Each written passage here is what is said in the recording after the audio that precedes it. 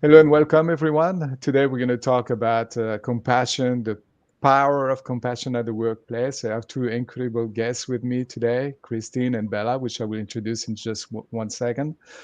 In the meantime, what I'd like to ask you to do is to, if you want to introduce yourself in the comments section on LinkedIn, where you're coming from, where you're listening from, and whatever you would like to see today, whatever questions you may have about compassion, about emotional intelligence. If there's anything you'd like to hear about today, feel free to put that in the comments, or feel free just to say how you feel today. What's going on for you, and we'll go from there. So let me introduce my wonderful guests.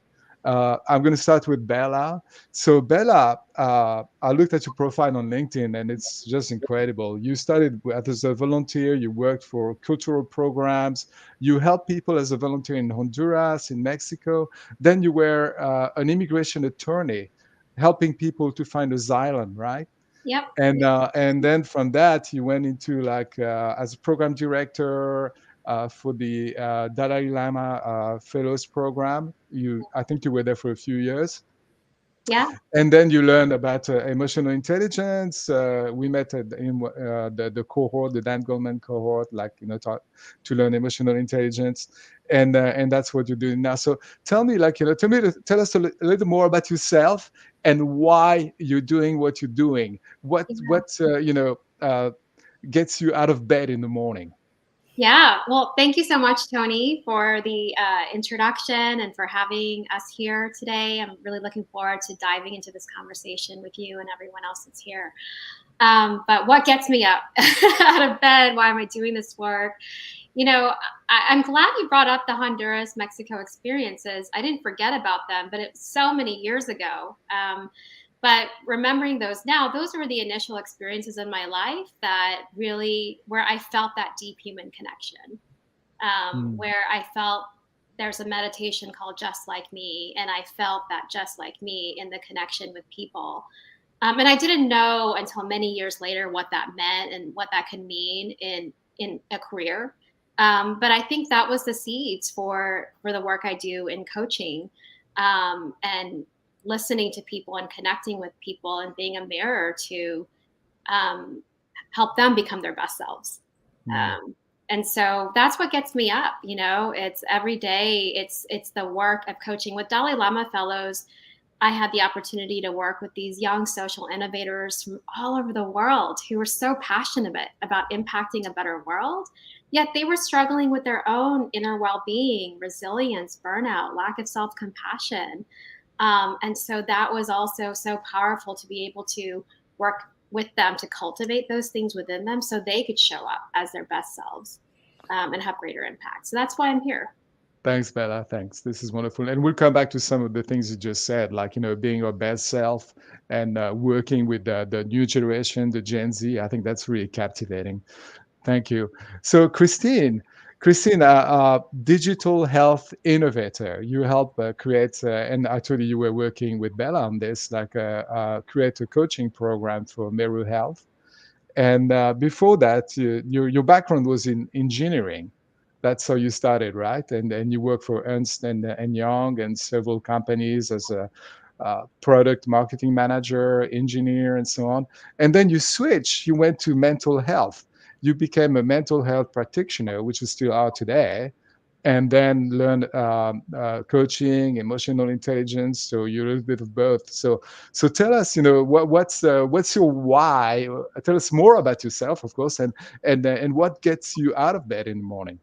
Yeah, Tony, thank you so much for the opportunity to be here together with Bella and you and our friends. And that's, I have to just say, similarly, remembering how I started, it's about seeking that meaning and value in who I am, and that describes my Mm. journey. Starting out as engineering and management consulting, IT consulting, it was interesting work. Also, as a first generation immigrant, it's just what you do. It's get an engineering degree. But really what I enjoyed was helping people. And then that led me to wanting to engage not just with my logical mind, but also with my heart in my work. And that's what essentially led me back to getting a degree, in graduate degree, becoming a therapist. And then the challenge with doing therapy for over a decade, what I really found was people only address mental health challenges when things are really falling apart. And there's no, like on the healthcare side, there's a lot of prevention, but mental health, there's no prevention. What I was so fascinated by when I joined the emotional intelligence coaching program at, Michelle and you, Kelly, Bella, where I met all these wonderful coaches and meta coaches and teachers, was that, emotional intelligence skills can really serve as a solid bedrock for what I believe as mental health prevention. Is that if we have these emotional intelligence skills, people don't have to get depressed or anxious or burnout. And so that's what drove me into this work. And that's what keeps me excited every day, continue to do this innovation in mental health, both in technology and in the program itself. Wonderful. A great combination. And I can totally relate to that. I used to be in technology. And then at some point I felt like, a little bit of emptiness, like being in front of the screen all the time, to always in meetings, talking about systems and so on. And I felt like I needed more of a relationship, a deeper relationship with other people. And then that's when I switched career. But it took me 20 years to realize what you realize in just a few years. It took me a lot longer. And so the other thing you talked about that resonated also is preventive, emotional intelligence as preventive, as well as mindfulness and all those wellness programs. But there's one more thing, and we talked about in another conversation we had, is that when someone is in trouble, like too much anxiety or so on, and they need a therapist to get out of that, we're getting them from kind of under the line to the normal state, to be functional again. But with emotional intelligence, we take people from the normal state, the underlying state, slightly above or slightly under, and then to really above that, to fulfill the extraordinary life. That's what we're doing with coaching and emotional intelligence. So it's a little bit different. And since you're both a therapist and a coach, I want to ask you, how do you see, what's the difference? When do you put your therapist hat and where do you put your emotional intelligence coach hat? Yeah, that's a really, really good question. We, address that almost on a daily basis. So that analogy is really good in terms of what I call when people are swimming, a coach is someone, you train a person who is able to keep themselves afloat and has a capacity to learn skills so they can swim from point A and point B. And in other words, we're helping them grow and goal. Now, for a therapist, I in my mind, the therapist is like a person who can do a deep dive with a person who is drowning and kind of not able to keep themselves afloat. And so you can also learn skills in therapy, but the skills is coming back to the surface and being able to keep themselves afloat. That's like the level of functioning. That's kind of my metaphor describing when I need to put on a therapy hat is when I assess, can these people maintain their level of functioning so that they can do their day-to-day thing? And if not, right, that needs to be referred into mental health professional treatment type of thing. Tony, to your point, though, I have to say what I learned is that emotional intelligence skills really applies both to go work towards a goal, meaning growth oriented. But in fact, in my therapy work, many times it's also the similar skill that keeps you afloat, which is why I'm so invested in wanting to make this and shout it out to the world that empathy, self-compassion, self-awareness, these are skills that we need for life, really, and for succeeding in work. I'm glad you bring this up because this is a topic today. We're going to talk mostly about compassion, but also, of course, about empathy, self-awareness, which is an essential skill. I want to greet some of the people who are with us today. So I see Luciane is here. Hi, Luciane. And Wendy. Hi, Wendy. Lynn, Maria Del Mar. Hi.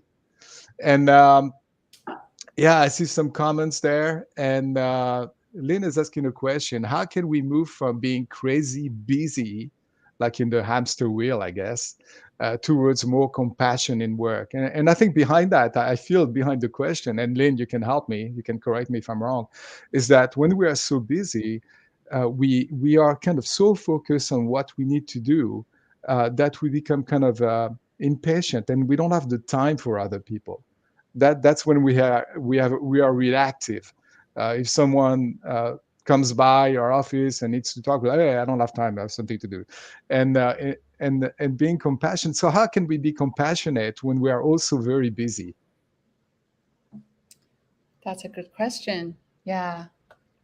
I could speak a little bit. Go ahead, Bella. Yeah, I mean, I thank you for your comment. I mean, the first image I have is like we're at work, you know, pre-COVID, and we're in our cubicle or whatever, and we're so focused on our screen, and we feel stressed out, and all of those things.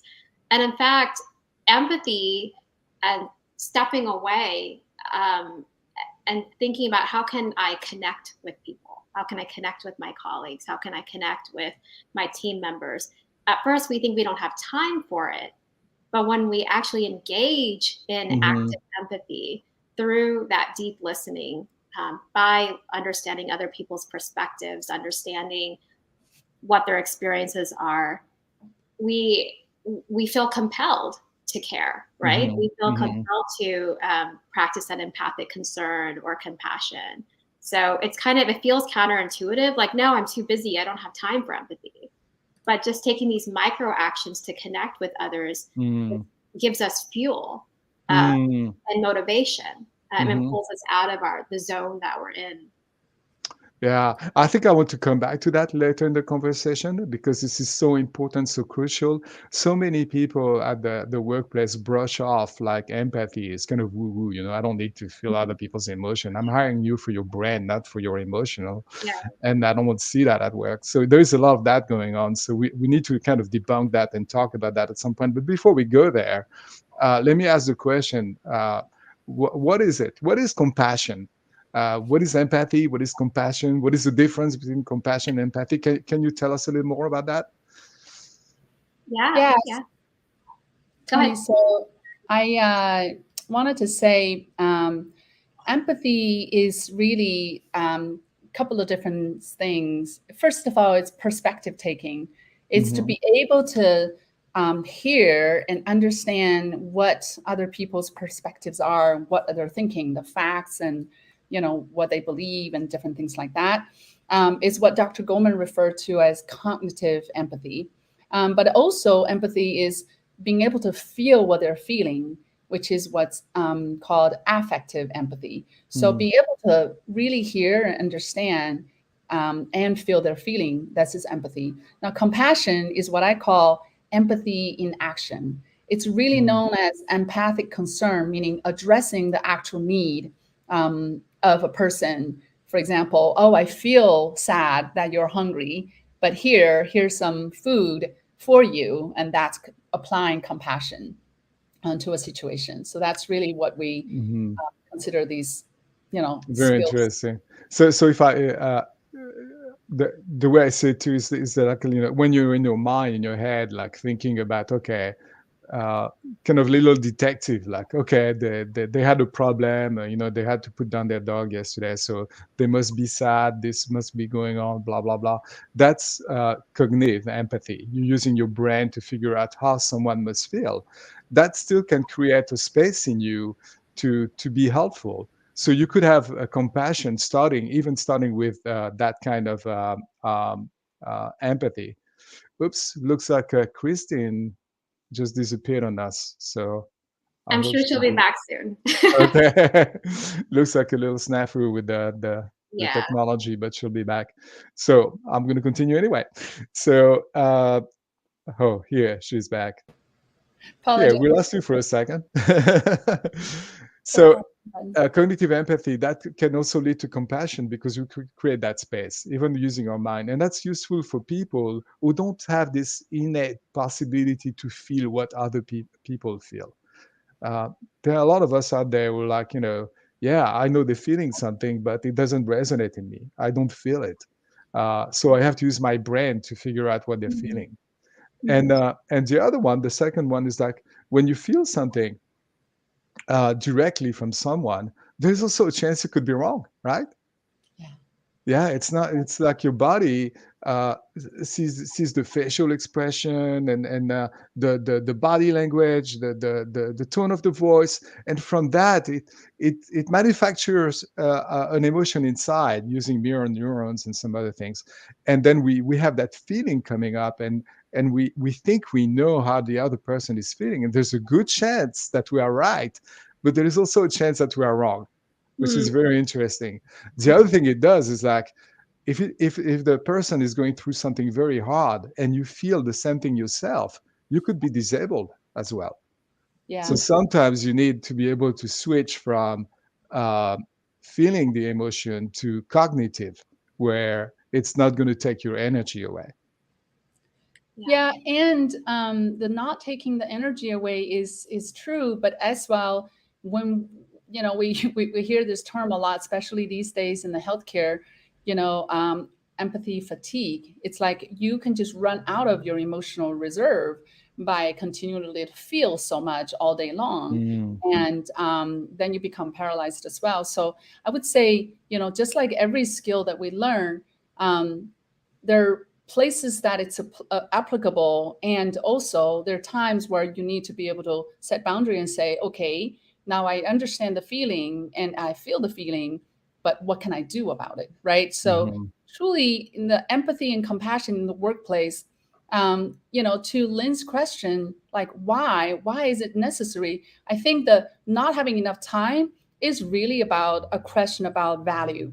Is what is the priority? What's the purpose of me doing this comparing to something else that's more important, right? How do you prioritize taking time to listen to someone?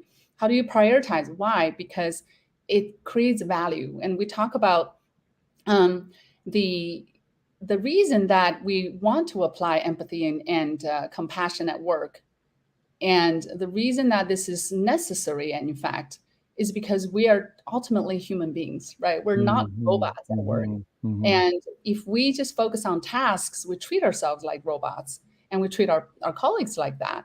And ultimately, that makes people feel devalued. And when people are not feeling valued, they don't bring their best self.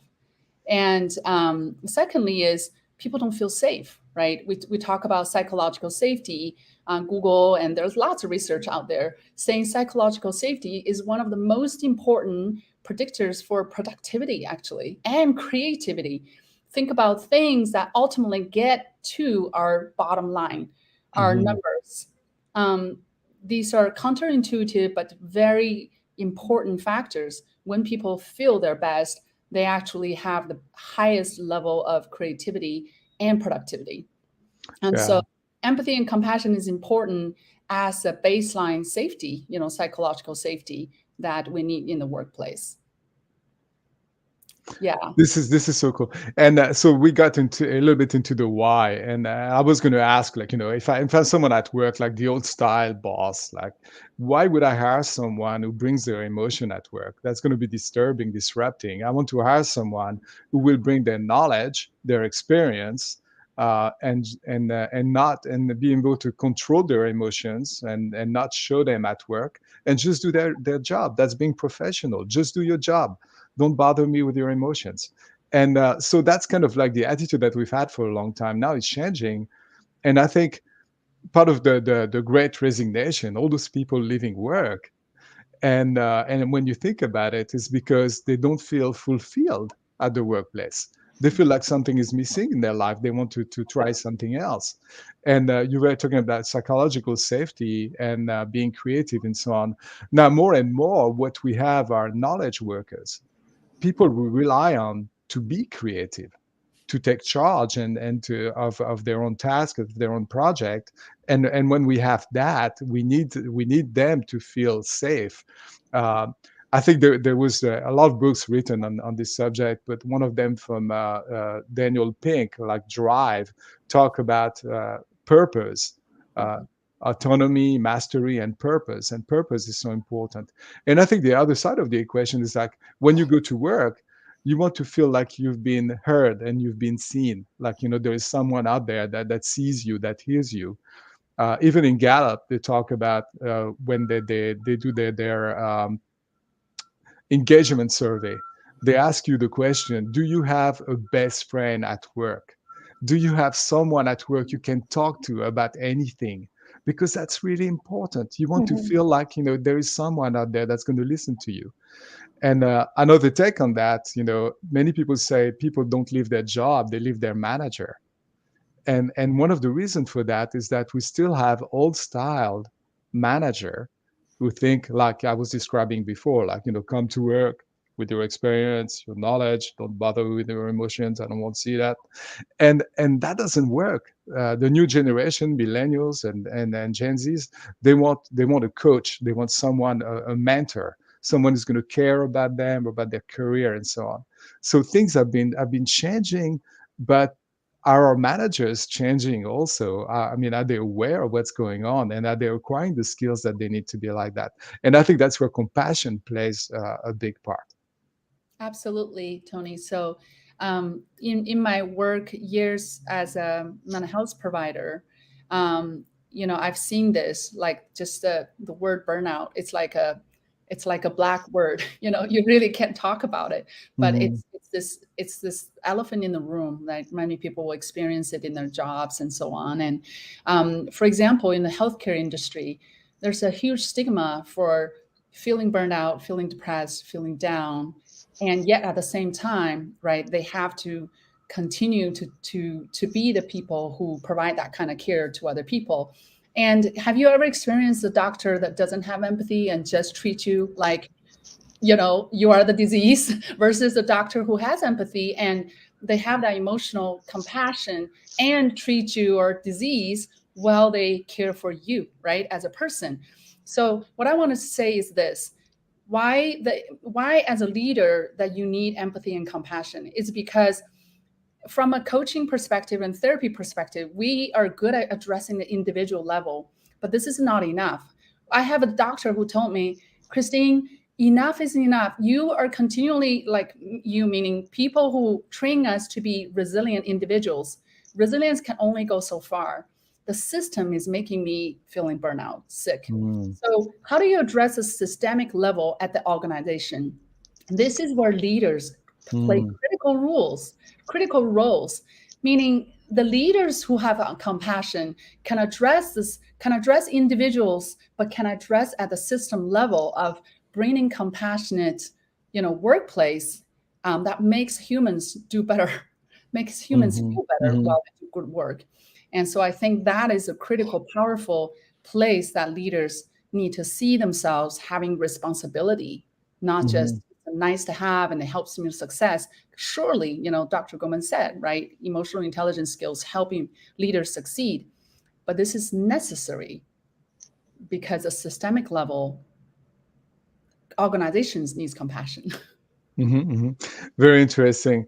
And so if let's take it back a little bit, because not everybody knows, emotional intelligence like the way we do. So I want to talk about some of the what empathy is based off. So there are some features of emotional intelligence, skills of emotional intelligence, relationship skills in particular, when we talk about influencing without being Machiavellic, when we talk about teamwork, when we talk about coaching and mentoring, and being an inspiring leader, the base for that is empathy, compassion, being able to be compassionate.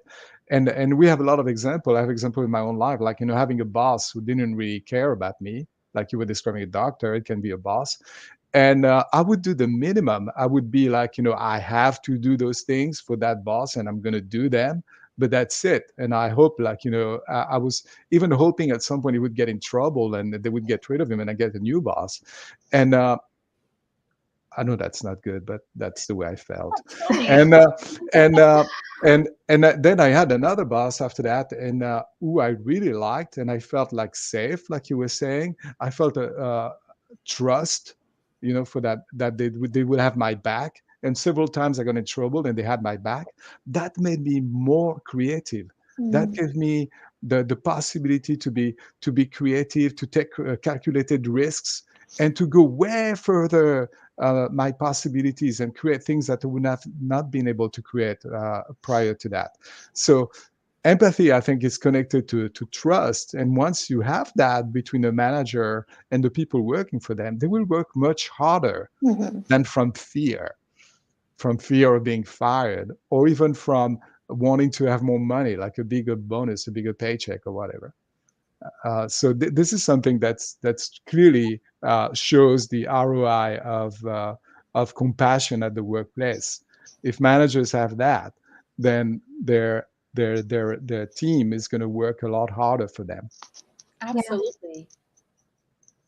And I would just to add to that, the productivity increases because people have a better well-being, and this is demonstrated through research done by Capgemini, and also when they experience less stress and higher sense of belonging, right? One of the common is the culture that leaders create for caring and belonging help people to actually stay. They actually stay in the job when it's difficult. They actually apply that empathy towards the work that they're doing and the challenges the organization is facing, but being able to collaborate and persevere through. So these are all really business values for leaders showing up with empathy and teammates showing up with compassion, right?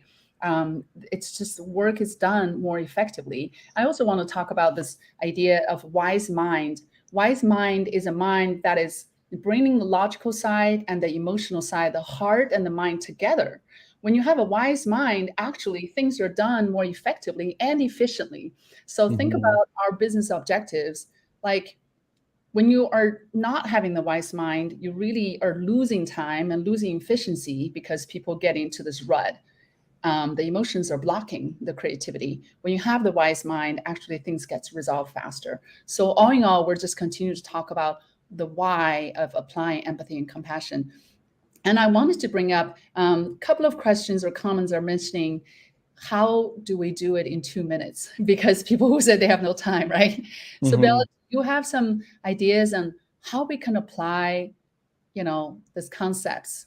Yeah, I saw that comment too. And that's a great question. And one of the things that I think is most helpful is starting with your intention, right? So if you have that intention to want to connect with your colleague, then that's important. And then once you have that intention, that influences how you're listening. So even if you just have 2 minutes, imagine a typical Monday morning, people ask you, how was your weekend or whatever, and some of us, sometimes we're listening, sometimes we're trying to listen, but we're thinking about all the tasks we have ahead of us or whatever it is. But when you come in with that intention to connect with your colleague, even if it's 2 to 5 minutes, that intention alone changes how you're listening. So even if you ask them the same question, how was your weekend? Now you're listening to connect with that person. So if they share, oh, I got to see my grandmother, I haven't seen her in 5 years, then you're curious. And you have questions about, oh, what was that like? Tell me more about your grandmother. And a lot can happen in 2 to 5 minutes when that human connection is formed. And that can just change your overall mood for the rest of the day too. So something simple like that. But I think, at some point, I also want to talk about that desire to connect sometimes. An important aspect of that is also making space for our own selves. Because I think that's one of the greatest challenges in today's time, that we're so other oriented, that we don't make space for ourselves. And then we don't have the capacity to want to genuinely connect with another person. I love this, the how to for compassion and empathy. So, uh, I want to ask, some of us are just more gifted for it.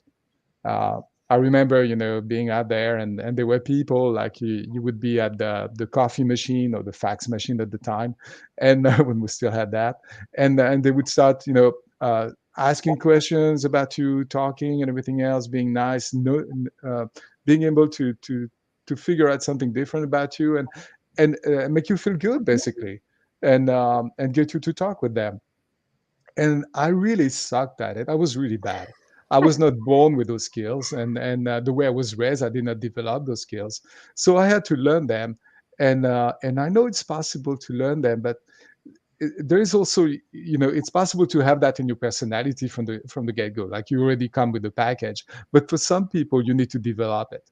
And so, what does it take to develop those skills to become more compassionate and more at ease? Doing small talk and being interested in other people. Yeah. Christine, I don't know if you want to talk about that. I mean, I think what comes up for me is, um, you're right. Not all of us are born with like high levels of empathy, but these are skills that we can grow. And part of growing those skills is changing how we are able to listen to someone else, and what's an obstacle to our ability to listen to another person. It's all the noise in our own minds, right? We could be internally focused, thinking about our lives. So mindfulness practices can be really powerful, just to quiet the mind. And when the mind is quiet, when all the stuff sort of comes to the bottom of the ocean floor, you have the space to actually, and capacity to hear what the other person is saying and understand their perspective, and then you have curiosity to want to know more about them. So one of the ways is mindfulness practices. Yeah. That's very interesting what you're saying. It's when I started doing mindfulness, I think it was in 2012 or 13, I started that at the workplace. And it changed the way I felt, really, but also made it a lot easier for me to go towards other people. I felt like much more open. And Christine, it reminds me of what you were talking, like the wise mind, connecting the heart and the brain, the intellectual side of us, the logical side. I felt that was kind of happening naturally as I was doing more and more mindfulness, and made it a lot easier to go towards other people and to be more open and vulnerable. So it can be learned. If I learned it, then anybody can learn it, I'm sure. And Tony, from a psychological perspective, that we know a lot about attachment and all these different theories, which I won't go into it. I want to just summarize in this one simple way. In order to be empathic and compassionate towards others, we have to first be able to do that for ourselves. This is why mindfulness works so well, because this is a very simple saying. You can't give to other people what you don't have, right? So in order to be able to give compassion, you have to start with having compassion for yourself and know how that feels like, know how to like be on the receiving end of it, so that you have your cup filled. And then when you give, it's genuine and it's true, the real stuff. So this is a place, and I think a lot of these questions about how do we build these trusts, and what do I do when I fail, so to speak? Maybe I was in a hurry and didn't apply. All of these things goes back to the self. All of these things goes back to, what do we put in our hearts? How do I be compassionate and self-compassionate, right? Bella, I know you have lots of expertise in that. Maybe you can talk a little bit more about how to apply self-compassion and why is that important? Yeah, but I wanted to just speak to something you said about, it's hard to feel empathy or practice empathy for others when we don't have that for ourselves. I have a feeling that when people hear that, they might disagree, because especially if we're in a supporter role, caretaker role of any form, it's like, no, I'm always practicing empathy and compassion, even though I don't have it for myself. So yes, it is possible for us to have empathy and compassion, but the point is that at a certain time in our lives, we can experience that burnout. We could feel drained because we've been so other oriented. And that's where that self-awareness becomes really important, that, hey, wow, my cup used to be at this level, and I was able to give and give and give. My cup and refilling it. So how are we refilling our cup?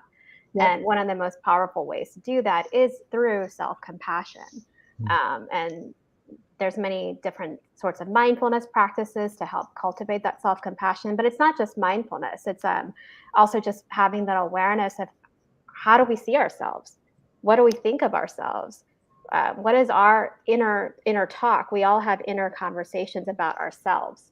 We, a lot of us experience a lot of negative self-talk, and there's this inner critic there. Are we aware of all of that? And how are we reacting to our internal conversation about ourselves? Hey Bella, what I'd like to do, if it's okay with you, is to have a short practice. Could you lead us through a short practice? But before we do that, I just want to acknowledge a question from I saw from Svetlana. She's asking, like, it takes a lot of time to build trust. I know it's hard, like to put money in that bank account of trust and with others, and then it takes only a second to lose everything, like going to Vegas and lose everything. And that's true. But how can you regain that trust? And I want to make sure we acknowledge that question and go back to it in shortly. But now, can you lead us like to a short practice on what would we need to do to build up that self-compassion? What is the things that we can do to build that up? Yeah. Go ahead, Christine. I just wanted to, before I forget, to answer that.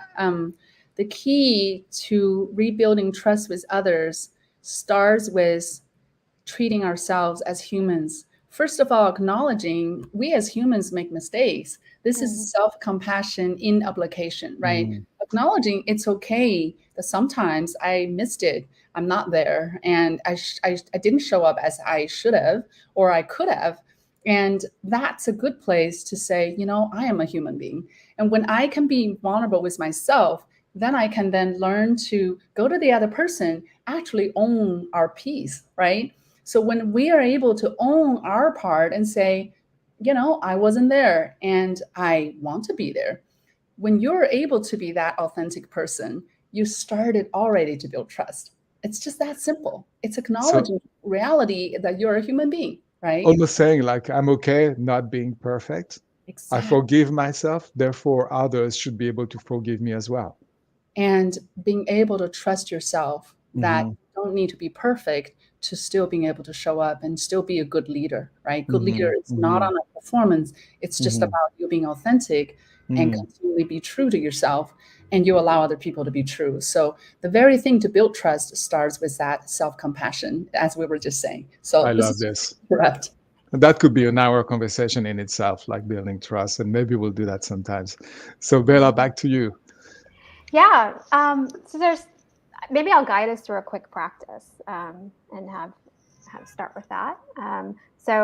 I can't see anyone here, but if you're seated, I invite you just to close your eyes if that feels good to you, or just have a soft downward gaze. This is a really simple self-compassion practice that you can bring into your life at any time. Just maybe take in a full deep inhale and exhale. So I want you to bring to mind a recent experience where that was difficult, that felt difficult. Take a moment to bring that to mind. And through this experience, perhaps you were critical about yourself. You felt bad towards your own self. And as you recollect this experience, just notice how you're feeling right now. Notice how you're feeling in your body as you think about this difficult experience.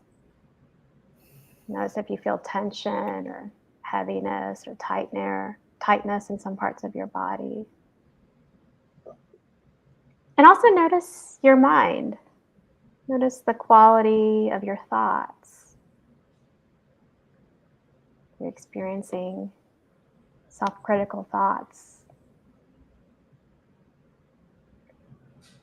And now I want you to imagine that instead of you, it's actually someone that you care about. It could be a family member, a dear friend, but someone that you care about has experienced this difficult thing and they're sharing it with you. And they're quite distraught. Maybe they're embarrassed, but they're feeling some difficult emotions. And because you care about that person, you extend kindness and warmth to them.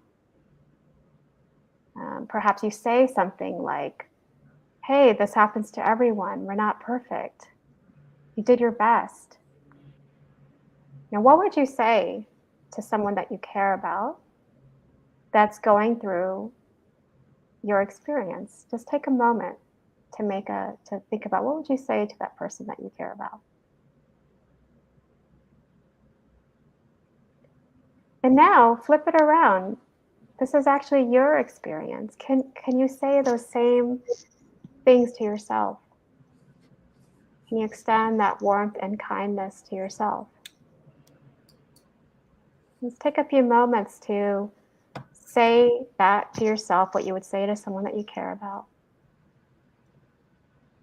And feel the warmth and kindness in your body for your own self. And how does that feel?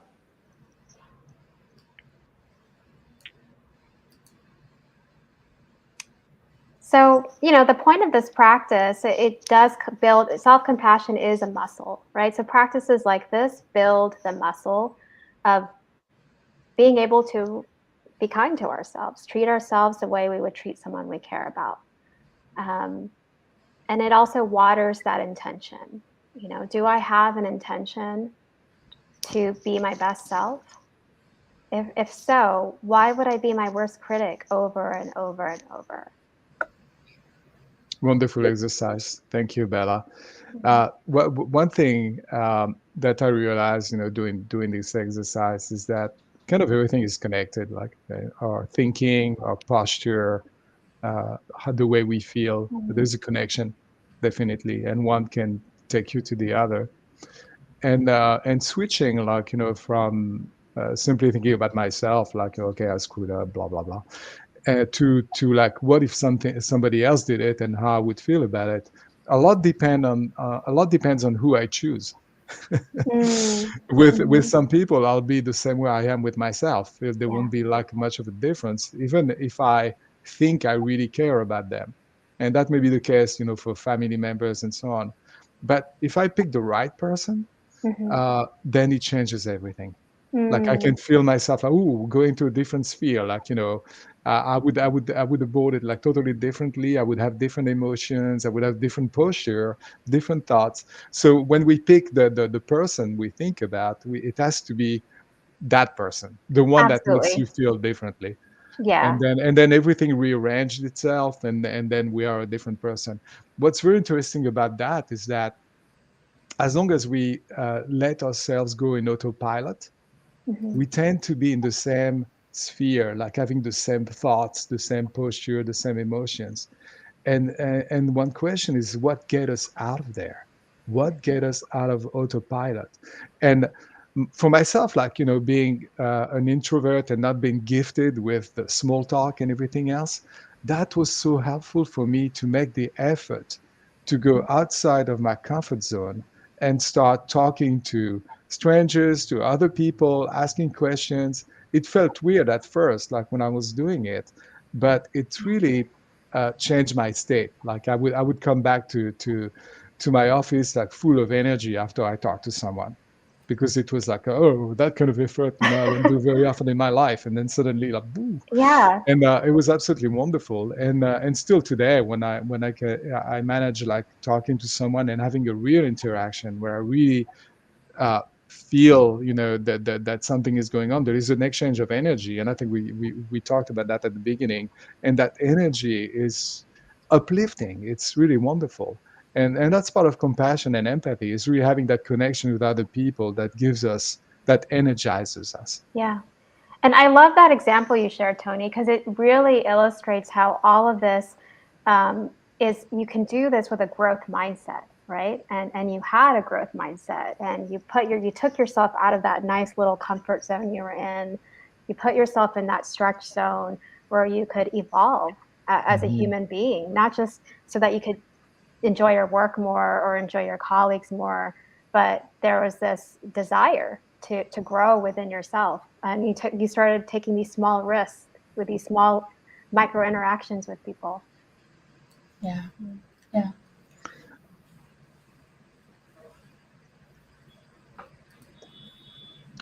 Little silence, always welcome. Yeah, I was just looking at some of the comments.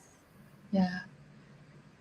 So I do think, yeah, I'm just in agreement in that, in essence, you know, a lot of it has to do with starting with where we are and becoming self-aware, becoming mindful.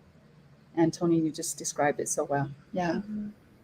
I see we have a lot of comments from our friends here, Precious, Nick, and so on. And thank you very much, and Lynn, thank you very much for participating and commenting and asking questions and so on. It's really, really appreciated.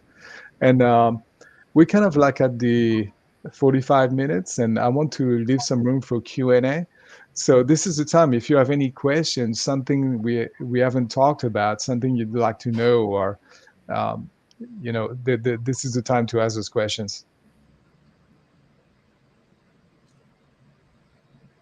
And I think Lynn had a question, can we hold the same perspective for both when it's our child that spilled the milk versus a guest that spilled the milk? Question, right? Just like we were saying, who is the person and how do we apply? It goes into our perception, our interpretation, right? If we assign a greater value to that person, we might give them what we call fundamental contribution error. There's a reason that they did this, or, you know, there's a reason I did this, so I can excuse myself, right? But there's not a good reason that they did this, right? Depending on the person. Tell us more about the attribution error, the fundamental attribution error. That's that. If I understand, that's when we attribute someone's failure to their character. Exactly. But when it happens to us, it's always the circumstances. We blame the universe or someone else.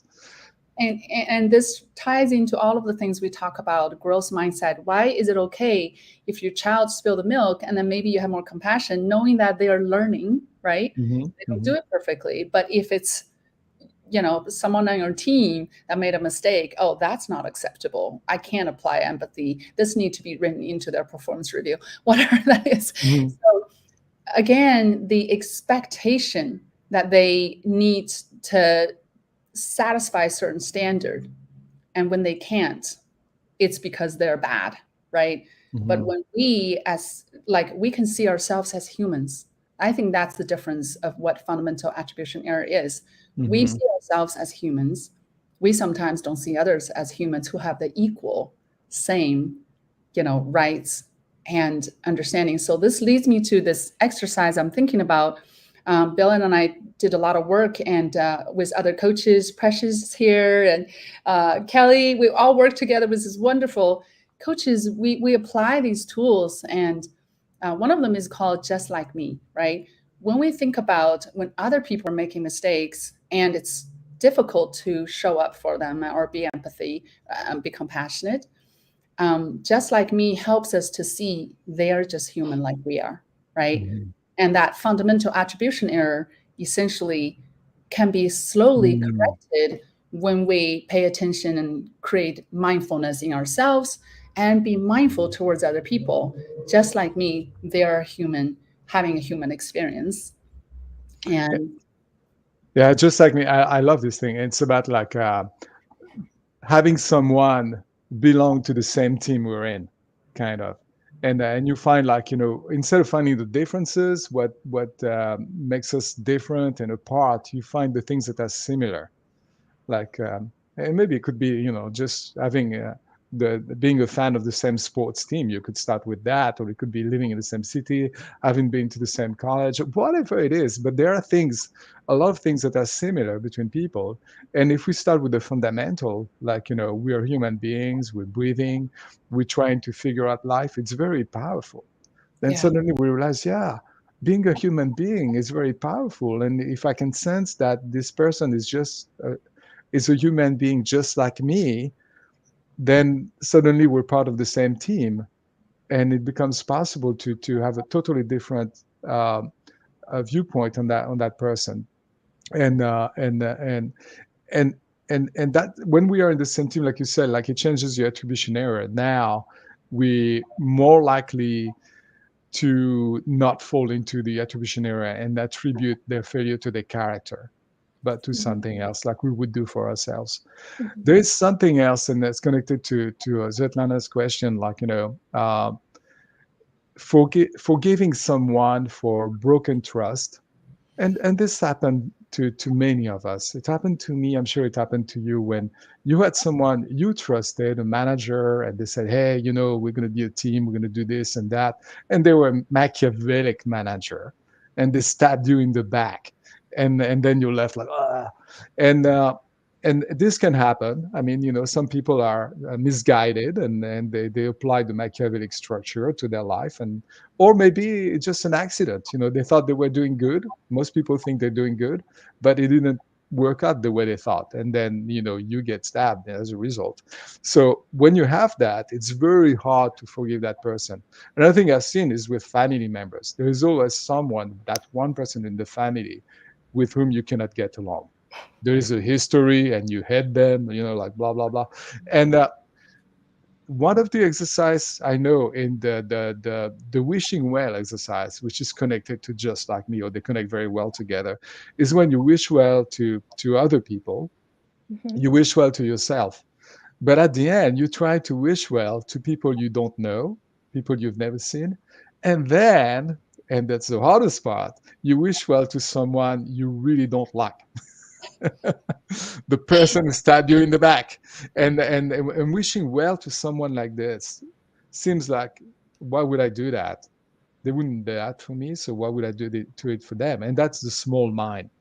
But when you connect the heart to the logical mind and get into the wise mind, then you understand why. Yeah. You don't want them to have a hold on you, and as long as you have that going on, they have a hold on you. Every time you think about them, the same thoughts are coming, the same emotions, the same feelings are coming. Every time you try to have a discussion at the family table, it comes right back up, and then, fighting ensues. But if you are able to do that, to wish them well, very simply, to say, hey, I wish you well. And then it changes, and you feel liberated. It's like, something off your back suddenly. And you feel better about yourself, you feel better about your life, about everything. And next time you see that person, then maybe you're curious, like you said, you can start using your listening skill and asking questions and say, hey, what's going on? What do you think that way? And Exactly. of course, there are like extreme examples where this may not work, but most of the time it can work. Yeah, absolutely. Yeah, I really love how you brought up the just wishing well, right? I think about you, Tony, and your story, Bella, the mindfulness journey you have come around. And one of the common threads in mindfulness meditative practices or tradition is the common humanity, right? To really come back to that common humanity. One of Wendy's comment is here, how do we have grace for one another? How do we have grace in the workplace, right? Yeah. It's not just a religious term. It is us being human, means forgiveness, having compassion and empathy.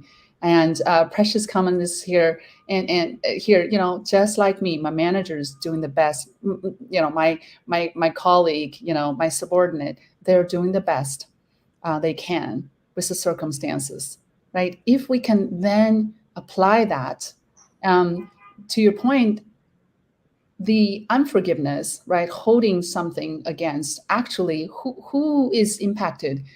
It is we putting ourselves in a mind prison. I use this with my kids. I say, do you realize nobody else is suffering? You are putting yourself in the mind prison. You have to free yourself from that mind prison by applying forgiveness, and practicing the I wish you well sets me free from being held within my own mind, and that trigger is going to be there all the time until you can release that unforgiveness, until you can release holding that against someone.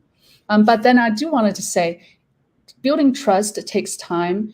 Forgiveness doesn't automatically equal to I can trust them exactly the same way as I trust somebody else, especially in the work of working with, trauma victims. And we don't tell them to just go ahead and trust the perpetrator, who has hurt you. So forgiveness and having compassion does not equal to not having boundaries. As a manager, you still have to hold productivity expectations, for example, and work. So having compassion means understanding people's limits and not not holding unrealistic expectations, but not necessarily trust that they can do something when they fully demonstrate they're not able to do something. As well as the trust has to be earned.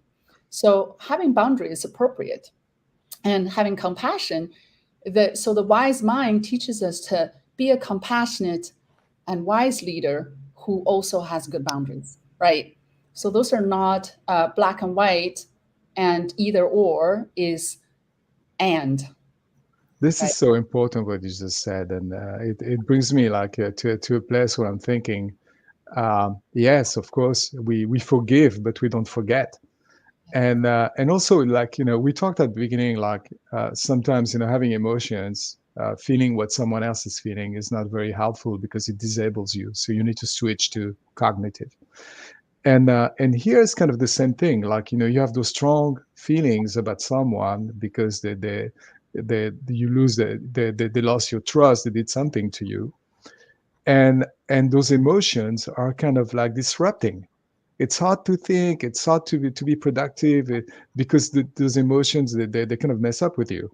And if you are able to go beyond that, it doesn't mean you give up on the cognitive. You still connectively think, that person did this and this to me last year. They could very well be a repeat, so I better be on my guard and watch out. But when you do that cognitively, you're not disabled. You just keep an eye up. You stay alert, but you're not disabled by the emotion. And I think that's the big difference. And it's being aware, alert, being on guard, but not being vicious or being fighting back. That's a slight difference, which I think is a very important difference, right? We're not going out there to pursue and attack, but we're also protecting our own safety. Something we didn't talk about, and it'd be fantastic to talk about, but again, it's going to take an hour, is the difference between the autopilot, predictive mind, and switching and going up from the limbic, paleolimbic mind to the adaptive mind, to the higher parts of the brain, where you can actually see nuances, see the whole picture as opposed to just one thing. And I think this is what you brought up here. It's when you use your mind, you're aware, but you don't fall into the limbic, okay, you stab me, I'm going to stab you. It's not like teeth for teeth, eye for eye. It's different. It's a different place. I think, Tony, these are such wonderful conversations. We just have to have another conversation. Yeah, absolutely. Yeah. So thank you so much for being here today and talking about compassion at the workplace. Thank you all who attended, and thank you so much for participating. With your comments, your questions. That's really fantastic. And I'm going to save those comments and read them again because there's so much wisdom in them. So thank you. So Thank you. have a wonderful day. And Christine, Bella, thank you so much for being with me today. Thank you, Thank Tony. you. Thank you for this very important conversation and bringing this opportunity and to do this. Thank you very much. Bye, everyone. Bye.